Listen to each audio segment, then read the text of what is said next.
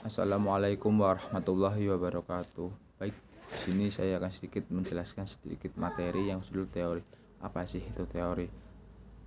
Beberapa orang menganggap rendah teori dan pertimbangan teoritis. Mereka bangga sebagai orang yang berpendidikan praktis dan beranggapan teori terlalu banyak memakan waktu.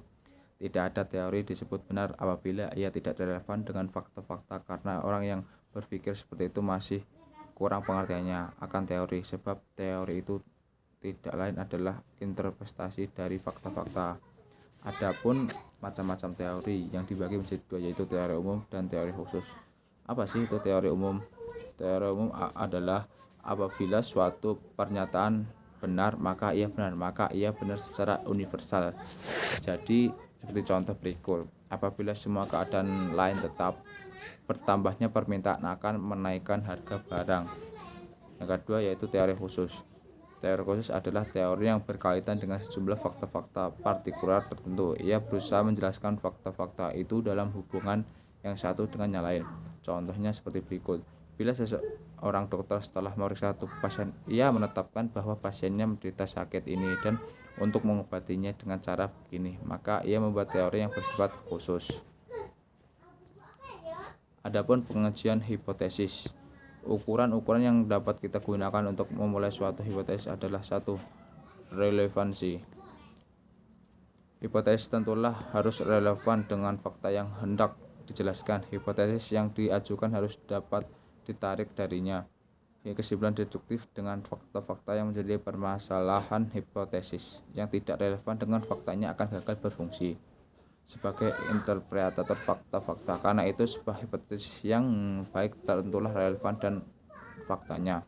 Yang kedua, mampu untuk diuji. Ciri utama yang membedakan hipotesis ilmiah dengan hipotesis non-ilmiah adalah kemampuan diuji dengan fakta-fakta indrawi atau perhitungan logis.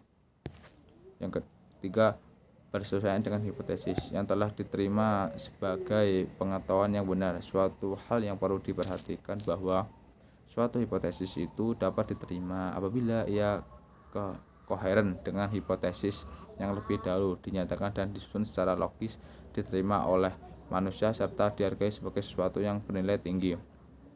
Mempunyai daya ramal. Hipotesis yang baik tidak saja mendeskripsikan fakta-fakta, tapi mampu untuk menjelaskan fakta-fakta yang belum diketahui. Sederhana, mungkin sekali dua hipotesis atas satu fakta yang sama-sama memenuhi 4 syarat pertama, jadi sama baiknya, tetapi yang pertama lebih rumit daripada yang kedua, maka bila demikian hipotesis yang lebih sederhana adalah lebih baik. Yang terakhir yaitu teori dan metode ilmiah. Adapun dalam berteori kita ada mempunyai beberapa metode ilmiah. Yang pertama, penemuan atau penentuan masalah. Yang kedua, perumusan masalah. Yang ketiga, pengajuan hipotesis. Yang keempat, deduksi dan hipotesis. Yang kelima, pembuktian hipotesis. Yang kelima, penerimaan hipotesis menjadi teori ilmiah. Baik, mungkin cukup sekian yang dapat saya sampaikan. Kurang dan lebihnya saya mohon maaf.